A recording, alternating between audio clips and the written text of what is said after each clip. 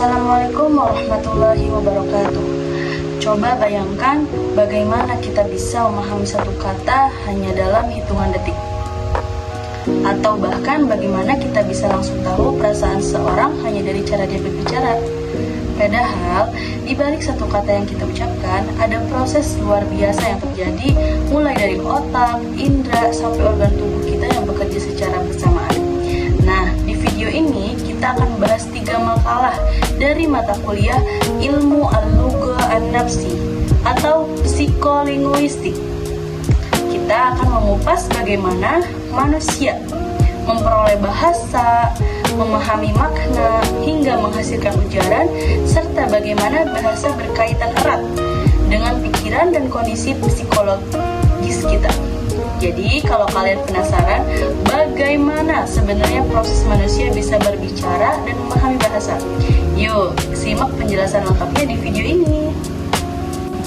Nah guys, materi pertama yang saya rangkum dari makalah pertama yaitu psikolinguistik adalah ilmu yang mempelajari hubungan antara bahasa dan pikiran manusia. Ilmu ini menjelaskan bagaimana manusia bisa belajar bahasa, memahami kata-kata, lalu berbicara atau menulis.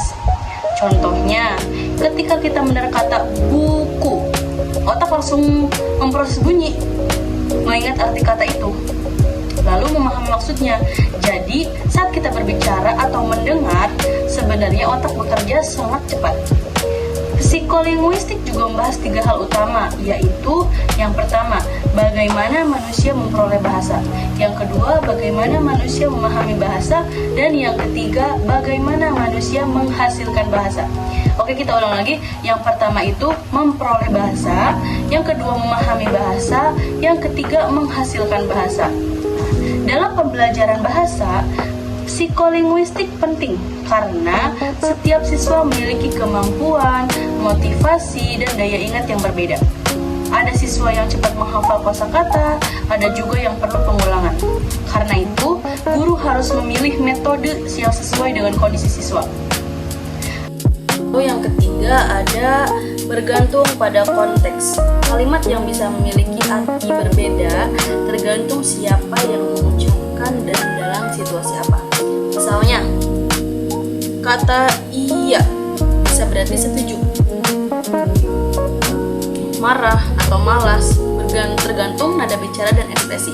Misalkan nada bicara setuju kayak ya gitu, terus nada bicara marah ya, nada bicara malas ya, tergantung nada bicara dan ekspresinya. Karena itu, bahasa selalu berkaitan dengan kondisi sosial dan psikologis seseorang. Terus yang ketiga yaitu hubungan bahasa dan kondisi psikologis. Bahasa dapat menunjukkan keadaan jiwa seseorang. Orang yang cemas biasanya lebih sering gugup, mengulang kata atau memakai kata seperti anu dan sedangkan orang yang sedang depresi cenderung lebih sering memakai kata-kata negatif seperti selalu gagal, tidak pernah, atau semuanya buruk. Sebaliknya, bahasa juga bisa mengaruhi kondisi mental.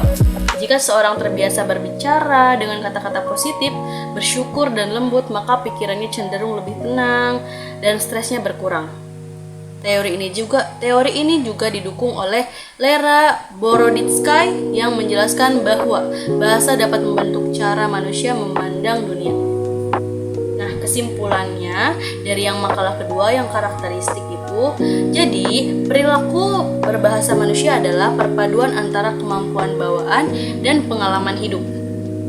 Bahasa manusia bersifat kreatif, fleksibel, dan selalu dipengaruhi oleh emosi serta lingkungan.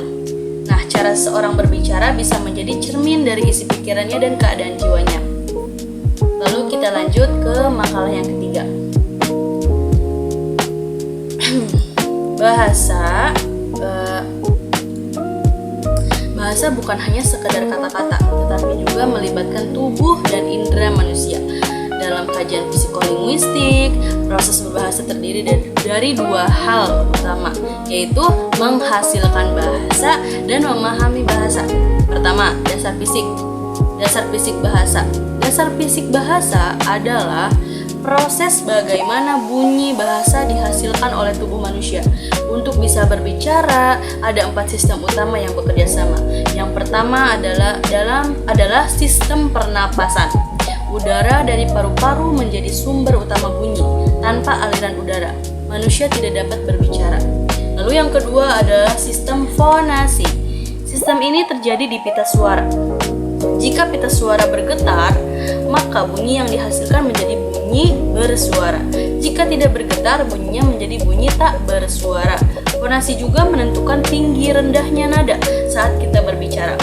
Yang ketiga adalah sistem resonansi. Setelah suara keluar dari pita suara, bunyi melewati rongga mulut dan hidung. Dari sinilah muncul perbedaan antara bunyi oral dan bunyi nasal, seperti huruf M dan N. Yang keempat adalah sistem artikulasi. Sistem ini melibatkan bibir, lidah, gigi, langit-langit, dan rahang. Organ-organ inilah yang membentuk bunyi menjadi huruf dan kata yang jelas. Misalnya, lidah dan gigi membentuk bunyi T, sedangkan bibir membentuk bunyi P atau B. Lalu yang keempat adalah sistem setelah itu